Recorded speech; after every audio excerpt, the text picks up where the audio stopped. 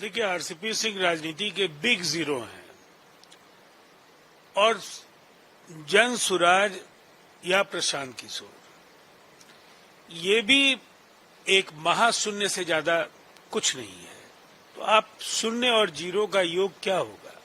Zero होगा। बिहार की राजनीति में न जन सुराज का कोई वजूद है और न आरसीपी सिंह। मैं तो ये कहूंगा कि आरसीपी सिंह जैसे लोग राजनीति में पैरासाइट्स हैं। ऐसे लोगों की वजह से ही कहीं न कहीं जो राजनीति में कृतज्ञता और जो बेईमानी की परंपरा है, जिस नेता ने आरसीपी सिंह को बिहार में एक अफसरशाह से राजनेता बनाया, बड़ी जिम्मेदारियां दी, पार्टी के सबसे बड़े नेता के तौर पर उन्हें उभरने का अवसर दिया, उन्होंने आरसीपी सिंह ने क्या किया? आरसीपी सिंह ने नीतीश कुमार जी की और जनता दल यूनाइटेड की जड़ों को कमजोर करने की कोशिश लगातार जारी रखी। आज खुद किनारे लग गए, हाशिए पर है, कोई भाव देने के लिए तैयार नहीं है। तो कोई फर्क नहीं पड़ेगा। बिहार की राजनीति बिल्कुल साफ है। बिहार के करिश्माई मुख्यमंत्री नीतीश कुमार जी के नेतृत्व में एक बड़ी जीत के लक्ष्य को हम हासिल करने जा रहे हैं और जो विकसित राज्य बनने का बिहार का सपना है वो 2025 से 30 नीतीश कुमार जी के शासन में ही पूरा होगा।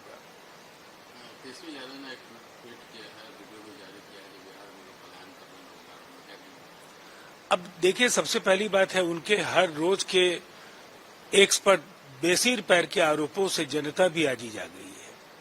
उन्हें पता नहीं, ये जानकारी कैसे नहीं है कि इस विधानसभा के कार्यकाल पूरे होने तक हम 12 लाख नौकरियां दे चुके होंगे, 38 लाख रोजगार हम लोग दे चुके होंगे और अब चंद महीने बाकी और लक्ष्य के करीब हम हैं।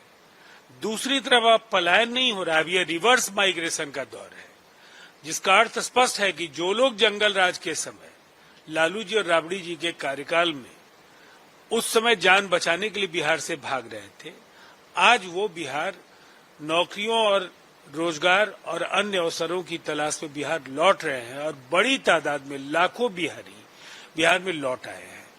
अपराध का नाम लेते हैं वो 700 कुछ थाने, 729 थाने थे बिहार में लालू जी के कार्यकाल में और ये आज बढ़कर 1380 हैं।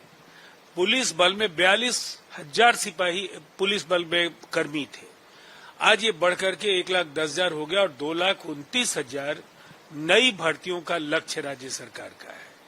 कानून व्यवस्था के जो सर्वश्रेष्ठ मानक हो सकते हैं वो बिहार ने कायम किए और जो प्रति लाख आबादी के आधार पर अगर हम आंकड़ों को खंगालेंगे तो बिहार देश के सबसे अच्छे कानून व्यवस्था के राज्यों में से एक है। इसीलिए इस तरह के आरोपों पर मैं इतना ही कह सकता हूं कि तेजस्वी जी कभी भ्रष्टाचार की बात करेंगे, कभी पलायन की बात करेंगे, कभी रोजगार की बात करेंगे, कभी नौकरियों की बात करेंगे, लेकिन भ्रष्टाचार को ही अगर आप देख लें तो जो व्यक्ति जमीन दो नौकरियां लो इस मामले में नामजद हो, जिसके पिता और उनकी पार्टी के सुप्रीमो सजायाफ्ता हो भ्रष्टाचार के कुख्यात मामले में, फिर इन आरोपों का मतलब क्या है? जनता नहीं तवज्जो देने जा रही है और उनकी नैया मझधार में फंस गई है। ओवैसी ने बीजेपी पर राजनीतिक अवसरवादिता का आरोप लगाया और कहा कि एआईएमआईएम बिहार और बंगाल की सभी सीटों पर चुनाव लड़ेगी। देखिए, लोकतंत्र में किसको आप कह सकते हैं कि आपको चुनाव नहीं लड़ना चाहिए? इस देश में हजारों पंजीकृत दल हैं, सब चुनाव लड़ते हैं, एआईएमएम को भी लड़ने का अधिकार है, लेकिन फर्क क्या पड़ना है? बिहार की जो जमीनी तस्वीर है, इस खांचे में कहीं से भी यहाँ एआईएमएम जैसी पार्टियों को फिट बैठना बहुत ही मुश्किल लक्ष्य है। यहाँ कोई फायदा नहीं होने जा रहा है एआईएमएम जैसी पार्टियों को। राहुल गांधी ने ऑपरेशन सिंदूर के बाद पहली बार प्रतिक्रिया देते हुए विदेश मंत्री जयशंकर पर हमला बोला और कहा कि हमले के शुरुआती दौर में पाकिस्तान को सूचित करना एक अपराध है।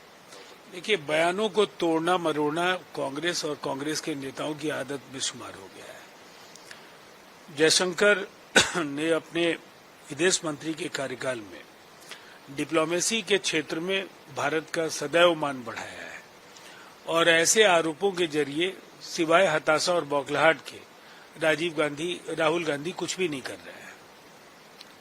हमको लगता है ये डिलीट होगा। राहुल गांधी ने ऑपरेशन सिंदूर के बाद पहली बार प्रतिक्रिया देते हुए विदेश मंत्री जयशंकर पर हमला बोलते हुए कहा कि पाकिस्तान को पहले सूचित करना एक गलत हमला है। देखिए, राहुल जी और कांग्रेस के सभी नेताओं की आदत में ये शामिल हो गया है, वो तथ्यों को तोड़ते मरोड़ते हैं।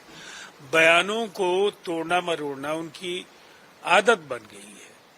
दरअसल जयशंकर जैसे नेताओं ने भारत का मस्तक गर्व से ऊंचा किया है।